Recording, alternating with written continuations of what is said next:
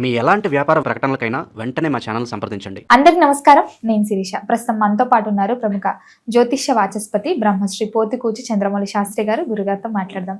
నమస్కారం గురుగారు. ఓం శ్రీమాత్రే నమః. గురుగారు, విశేషంగా ఏప్రిల్ మాసంలో తులా రాశి వారికి ఎలా ఉండబోతుంది అంటారు? ఎలాంటి జాగ్రత్తలు తీసుకోవచ్చు అంటారు? గ్రహ గోచారం ఎలా ఉంటుందంటారు ఈ మాసంలో వీరికి? వాగర్ధావివ సంపృక్తో వాగర్ధ ప్రతిపత్తయే జగతః పితరో వందే పార్వతీ పరమేశ్వరో. మా మహేశ్వరాభ్యాం నమః.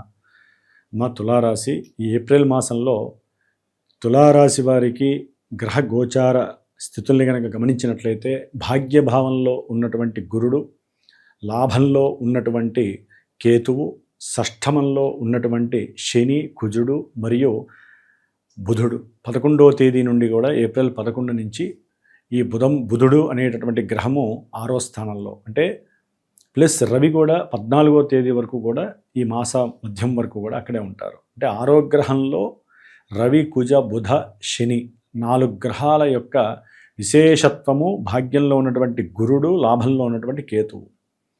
చాలా విశేషమైనటువంటి రాశుల్లో తులారాశి ఈ ఏప్రిల్ మాసంలో వారు ఏదైతే సాధించాలనుకున్నారో అన్నీ సాధించేటటువంటి మంచి గ్రహ స్థితిగతులు కనిపిస్తున్నాయి.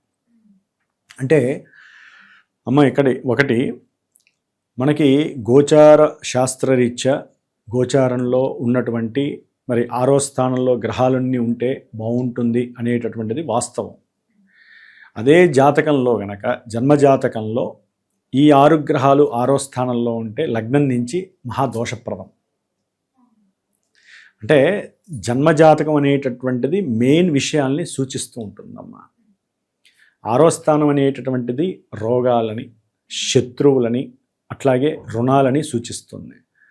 ఇప్పుడు ఈ 6 గ్రహాలు ఇక్కడ ఉండటం ద్వారా ఎవరైనా సరే బంధుమిత్రాదుల్లో శత్రువులు ఉన్న తులారాశి వారికి, ఉద్యోగంలో ఎవరైనా శత్రువులు ఉన్నా, అంటే వీరి మీద ఉన్నవి లేనివి చెప్పటము, వీరిని శాసించేటటువంటి పెద్ద ఉద్యోగస్తులు కానీ, అంటే వీరు చేస్తున్న ఉద్యోగాదుల్లో, లేకపోతే ఉద్యోగాదుల్లో ప్రమోషన్ లేక ఇబ్బంది పడుతున్నటువంటి వారికి, అవన్నీ కూడా సానుకూలమైనటువంటి పరిస్థితుల్లోకి రాబోతున్నాయి అని చెప్పుకోవాలి. అట్లాగే ఏదైనా ఉన్నతపరమైనటువంటి విద్యాపరంగా కానీ, లేకపోతే ఆర్థికంగా కానీ, వ్యాపారరీత్యా కానీ, ఉద్యోగరీత్యా కానీ ఎవరైనా కాస్త దూర ప్రాంతాలకి ప్రయాణం చేయాలన్నా, విదేశాలకి వెళ్ళాలన్నా ప్రమోషన్ రీత్యా చాలా అనుకూలమైనటువంటి పరిస్థితులు కనిపిస్తున్నాయని గోచార రీత్యా చెప్పుకోవచ్చు. మరి వివాహ యోగం, సంతాన యోగం ఉందంటారా? అమ్మ, వివాహ యోగము వీరికి ముఖ్యంగా వివాహపరంగా ఎవరైనా ప్రయత్నాలు చేస్తుంటే ఆటంకాలు, విరోధాలు కలగటానికి అవకాశం ఉంది. అంటే వారి కుటుంబంలో ఉన్నటువంటి వారే వచ్చినటువంటి సంబంధాల వాళ్ళని ఎతుక్కుంటూ వెళ్ళి ఉన్నవి లేనివి వారికి చెప్పి సంబంధాలని దూరం చేసేటటువంటి పరిస్థితులు కూడా కొంతమందికి కనిపిస్తున్నాయి. ఎందుకంటే అమ్మ, శుక్రగ్రహము ఈ ఏప్రిల్ మాసంలో 20వ తేదీ వరకు కూడా సప్తమంలో ఉండటం, అంటే కారకో భావనాశాయ అని, వివాహం కావాలంటే శుక్రుడు అనుకూలంగా ఉండాలి. కానీ తులారాశి వారికి సప్తమంలో శుక్రుడు ఈ నెల 20 వరకు ఉండి కూడా వివాహ బంధకాలని చేసేటటువంటి ప్రతిబంధకాలు అనుకున్నవన్నీ కూడా జరగకపోవడం అనేది సూచిస్తున్నాడు. సంబంధాలు వస్తాయి, అవతల వాళ్ళు కాస్త ఎగ్రీ అవ్వటము, లేకపోతే మేనరికం తరపు కానీ అయిన వాళ్ళు కానీ సంబంధాలకి వీరిని అడగటము, ఇలాంటివి జరిగే అవకాశాలు ఉన్నాయి. ముఖ్యంగా భార్యాభర్తల మధ్య సయోధ్య లేకపోవటం, కుటుంబంలో అనుకూలమైనటువంటి సంఘటనలు వారికి అంతగా అనుకూలించవమ్మా. ఏది మాట్లాడినా ఇరువురి మధ్య వైవిధ్యకరమైనటువంటి సంభాషణలే నడుస్తూ ఉంటాయి. అవి ఒక్కోసారి ఒకరికొకరు కొట్టుకునే స్థాయికి కూడా వెళ్తాయి తులారాశిలో. ఎందుకంటే అమ్మ, ఇక్కడ 6వ స్థానంలో ఉన్నటువంటి గ్రహాలు అనుకూలం ఇస్తాయి. అన్ని గ్రహాలు అనుకూలమే, 4 గ్రహాలు. కానీ ఒక్కొక్క గ్రహానికి ఒక్కొక్క రకమైనటువంటి స్థానాధిపత్యము, వైవిధ్యకరమైనటువంటి భావాలని క్రియేట్ చేసే శక్తి ఉంటుంది. కాబట్టి భార్యాభర్తల మధ్య కానీ, వ్యాపారస్తుల మధ్య కానీ అనుకోకుండా ఆకస్మికంగా ఆర్థికపరమైనటువంటి విషయాలలో, వారు అనుకున్నది జరగట్లేదనేటటువంటి విషయాలలో కొన్ని అపశృతులు జరిగి వారి మధ్య కలహాలు కలగడానికి అవకాశాలు మెండుగా ఉన్నాయి ఈ మాసంలో ఈ యొక్క తులారాశి వారికి. మరి పెట్టుబడులు పెట్టచ్చు అంటారా గురుగారు? పెట్టుబడులు పెట్టడానికి ఇది అంత యోగ్యకరమైన కాలం కాదమ్మా. అంటే అప్పుల వలయంలో చిక్కుకుపోతారు. ఎందుకంటే అమ్మా తులారాశి వారికి మరి బుధుడు వ్యాపార కారకుడు. పెట్టుబడి పెట్టాలంటే అది గృహరీత్యా పెట్టినా ఇబ్బందే, వ్యాపార రీత్యా పెట్టినా కూడా ఇబ్బందులే. ఎందుకంటే బుధుడు నీచ స్థితి ఈ యొక్క తులారాశి వారికి కొంత ఆగమ్య గోచరంగా ఉంటూ ఉంటుంది. శత్రువుల్ని వృద్ధి చేయటం, ఎప్పుడో విడిపోయినటువంటి వాళ్ళు కూడా దగ్గరే వారు శత్రువులుగా మారటం, అంటే బుధగ్రహ బలం లేదు ఇక్కడ.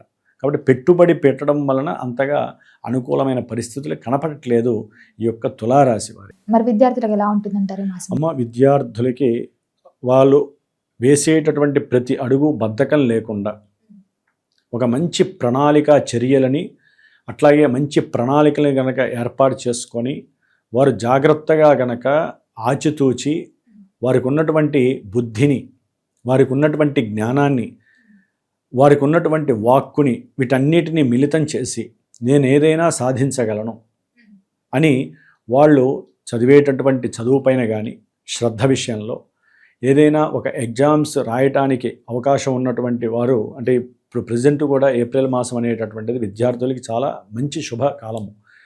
ఈ తులారాశి వారికి అది చాలా యోగ్యకరమైనటువంటి పరిస్థితులను కూడా కలుగజేస్తోంది. కాబట్టి విద్యార్థులకి ఎవరైనా వ్రాసేటటువంటి ఎగ్జామ్స్ దేనికైనా కానివ్వండి, విదేశాలకు వెళ్ళటానికి రాసే ఎగ్జామ్స్ కానీ, మామూలుగా ఇంటర్మీడియట్ విద్య వరకు కానివ్వండి, ఉన్నతమైనటువంటి విద్యల పరంగా కానివ్వండి, వీరికి చక్కటి వ్రాత పరీక్షలో ఉన్నతమైనటువంటి ప్రథమ శ్రేణి కలిగే అవకాశం ఉంటుంది.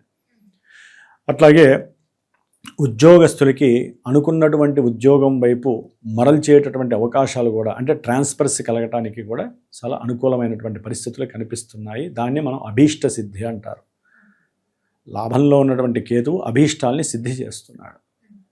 అట్లాగే ఆరోగ్యరీత్యా ఏదైనా ఇబ్బందులు పడుతున్నా, అంటే దీర్ఘకాలికంగా కొన్ని అనారోగ్య బాధలు పడుతూ ఉంటారు, దాని పరంగా విపరీతమైనటువంటి ఖర్చులు, హాస్పిటల్స్, అలాంటి వాళ్ళకి కూడా కాస్త రిలాక్సేషన్ కనిపించేటటువంటి పరిస్థితులు కనిపిస్తున్నాయి ఈ మాసంలో. మరి కొంతమంది ఈ మాసంలో ఎవరైనా కొత్తగా బిజినెస్ స్టార్ట్ చేద్దాం, వ్యక్తిగతంగా ఏదైనా వ్యాపారం పెడదాం అనుకునే వారికి పెట్టుకోవచ్చు అంటారా? లేదమ్మా, వీళ్ళకి సూర్య బలము లేదు, బుధగ్రహ బలము లేదు. నీచస్థిత బుధుడు మళ్ళీ ఇప్పుడు ఈ యొక్క సూర్య భగవానుడు 15 నుంచి కూడా సప్తమంలోకి వస్తున్నాడు. బట్ అంత యోగ్యకరమైనటువంటి కాలం అయితే కాదు. అనుకున్న అభీష్టాలలో ముందుకు వెళ్ళగలుగుతారేమో కానీ పెట్టిన తర్వాత దాని యందు లాభాలు ఆశించటంలో మాత్రము ఒకందుకు తక్కువగానే ఆలోచించాలని నేను అనుకుంటున్నాను. ఆర్థిక పరంగా, ఆరోగ్య పరంగా ఎలా ఉంటుందంటారు ఈ మాసం? ఆర్థికంగానైతే కనుక వీరు ఎంత కష్టపడ్డా కూడా ఇంకా మేము వెనకే ఉన్నాము, మేము సరైనటువంటి ప్రోద్బలంతో మేము ముందుకు ఎదగలేకపోతున్నాం అనేటటువంటి కుంచిత భావంతోనే ఉంటారే తప్ప ఆర్థికంగా మేము ఎదిగాము అనేటటువంటి స్థితి అయితే కనుక వీళ్ళలో కనపడదమ్మా. ఎందుకంటే శత్రురోగ రుణబాధలు అనేటటువంటివి తగ్గే అవకాశాలు ఉండొచ్చు కానీ అక్కడ ఉన్నటువంటి గ్రహ సమ్మేళనం అంత యోగ్యకరంగా లేదు కాబట్టి అది కాస్త వీళ్ళకి ఇంకా ఇవన్నీ కూడా పెరిగే ఛాన్సెస్సే ఉంటాయి. లేనిపోని దీర్ఘకాలిక అనారోగ్య బాధల వలన కూడా వీరి కొంత సమస్యలు, అంటే ఆర్థికపరమైనటువంటి సమస్యలు కలగడానికి అవకాశం ఉంటుంది. విద్యార్థుల యొక్క ఆలోచన శక్తి కూడా ఇక్కడ రాహుగ్రహం అనేటటువంటిది 5వ స్థానంలో ఉండటం ద్వారా రకరకాల వ్యాపకాల వైపుకి విద్యార్థులు వెళ్ళటము, అట్లాగే ఎవరైనా గృహం కట్టుకోవాలి అనుకున్న దాంట్లో కూడా ఆలస్యం జరగటము. తులారాశి వారికి ఇల్లు కడదాము అనుకొని ఏదైనా బ్యాంకుని సంప్రదించినప్పుడు బ్యాంకు ఓకే చేస్తుంది, డబ్బులు వస్తాయి. కానీ వీరికి పనిచేసేవారు, అంటే ఒక మేస్త్రి కానీ, ఇల్లు కట్టాలంటే మేస్త్రి ఉండాలి, పనివాళ్ళు కావాలి. వీళ్ళ వలన చాలా ఆర్థిక పతనము వీళ్ళు ఎదుర్కోవాల్సి వస్తుంది. కాబట్టి తులారాశి వారు కొంచెం జాగ్రత్తగా మాట్లాడాలి. ఆవేశంతో అది చేసేస్తాను, నువ్వు అడిగిందల్లా ఇచ్చేస్తానని చెప్పి డబ్బుని కనుక అక్కడ అప్పులు తెచ్చి ఇక్కడ అప్పులు తెచ్చి జారవిస్తే మటుకు వీరికి కాస్త ఇబ్బందికరమైనటువంటి కాలంగా మనం చెప్పుకోవాలి. ఏదేమైనప్పటికీ అమ్మ, ప్రేమికులు కొంచెం జాగ్రత్త పడండి. అట్లాగే ఎవరికైనా సరే దీర్ఘకాలిక అనారోగ్య సమస్యలు కనుక ఉన్నట్లయితే ఈ యొక్క కుజశనులకి సంబంధించినటువంటి బుధుడికి ముఖ్యంగా బుధగ్రహానికి సంబంధించినటువంటి స్తోత్ర పారాయణలు చేసుకోవటము, వాటికి సంబంధించిన జపతపాదులు చేసుకోవటము కంపల్సరీ చేసుకోవాలి. ఆ విధంగా చేసుకొని వీరు గనక జాగ్రత్తగా దుర్గాదేవిని గనక పట్టుకుంటే గనక వీరి యొక్క ఆలోచనలు పక్కదారి పట్టకుండా, వీరి యొక్క సంతోషాలకి ఆటంకాలు లేకుండా ముందుకు తీసుకువెళ్ళగే శక్తి ఒక దుర్గాదేవి. కాబట్టి ఉన్నంతలో తులారాశి వారికి అన్నీ బాగున్నాయమ్మా. కానీ ఒకటి గుర్తుంచుకోవాలమ్మా, ఇదంతా కూడా గోచారంలో కొంతవరకు అనుకూలం, 85% వరకు వీళ్ళకి చక్కగా అనుకూలమైన భావాలు కలుగుతాయని మనం చెప్పుకోవచ్చు. కానీ వీటిల్లో కొంతమంది అందరూ ఉండగా కొన్ని కోట్ల మంది ఉంటారు. అందరికీ అనుకూలంగా ఉండవు. ఎందుకంటే జన్మజాతకం అనేటటువంటిది మెయిన్ ఈవెంట్స్ని సూచిస్తుంది. అంటే మనం పుట్టినప్పుడు మన గ్రహబలం ఎలా ఉంది, ఇప్పుడు నడుస్తున్న దశలు అంతర్దశలు ఏంటి, అసలు మన లగ్నం ఏంటి. అసలు చాలామందికి గోచారం అంటే నక్షత్రము జన్మరాశి ఈ రెండు తప్ప జాతకం అంటే తెలియదు. మాకు ఎట్లా ఉంది ఈ సంవత్సరం అని కాదమ్మా, జన్మ లగ్నాన్ని బట్టి దశలు అంతర్దశలను బట్టి మీ యొక్క జాతకం బేరీజ్ వేస్తూ ఉంటాం. అంటే దాన్ని గోచారంలో చూసి సమన్వయం చేసి ఈ రెండింటి యొక్క పరిస్థితి మీకు అనుకూలమా కాదా అని చెప్పగలగటమే అసలైనటువంటి జాతకం, జ్యోతిష్యం. అది తెలియక వినేవాళ్ళు అలాగే ఇబ్బందులు పడుతున్నారు. తెలిసిన వాళ్ళు కూడా వాళ్ళు అడిగిన దాన్ని బట్టి వీళ్ళు కూడా దాన్ని డైవర్ట్ చేయటం అనేటటువంటిది ఎక్కువగా జరుగుతోంది. కాబట్టి సరైనటువంటి గురువుని నమ్ముకొని ఆశ్రయించి వారితో మాట్లాడి వారి యొక్క జన్మజాతకాన్ని చక్కగా చెప్పుకొని విద్యార్థుల విద్య, ఉద్యోగము, వ్యాపారము, లేకపోతే వివాహము, సంతానము, కోర్టు కేసులు, లేకపోతే భార్యాభర్తల మధ్య ఎడబాట్లు, ఇంకా చాలా ఉన్నాయి మనకి పాజిటివ్ నెగిటివ్. వీటి యందు ప్రవేశించబోయే ముందు వీటి యందు ఒక అసలు ఏ విషయంలో కూడా ముందుకు కార్యసిద్ధి కలగనటువంటి వాళ్ళు, ఎప్పుడూ ఆర్థిక పతనాలు జరుగుతూ ఆర్థికంగా ఇబ్బందులు పడేవారు తప్పకుండా వారి యొక్క జాతక పర్యవేక్షణ సరైన గురువు ద్వారా నిర్ణయించుకొని చెప్పించుకొని అప్పుడు వారు గనక గోచారం అనుకూలిస్తుంది అని గురువు చెప్తే దాని పరంగా వాళ్ళు ముందుకెళ్ళాలి తప్ప గోచారాన్ని పట్టుకొని వెళ్తే చాలా వరకు వీరు అక్కడక్కడ ఇబ్బందులు పడుతూనే ఉంటారని మాత్రం గుర్తుపెట్టుకోవాలి. మరి గురుగారు ఈ మాసంలో ఏ దైవారాధన కలిసి వస్తుందంటారు వీరికి? దుర్గాదేవి దైవారాధన వీరికి అత్యంత శ్రేయోదాయకం. గురుగారు మొత్తం మీద ఈ మాసంలో తులారాశి వారికి ఎలా ఉండబోతుంది, ఎలాంటి జాగ్రత్తలు తీసుకోవాలో తెలియజేసినందుకు ధన్యవాదాలండి. శుభమస్తు.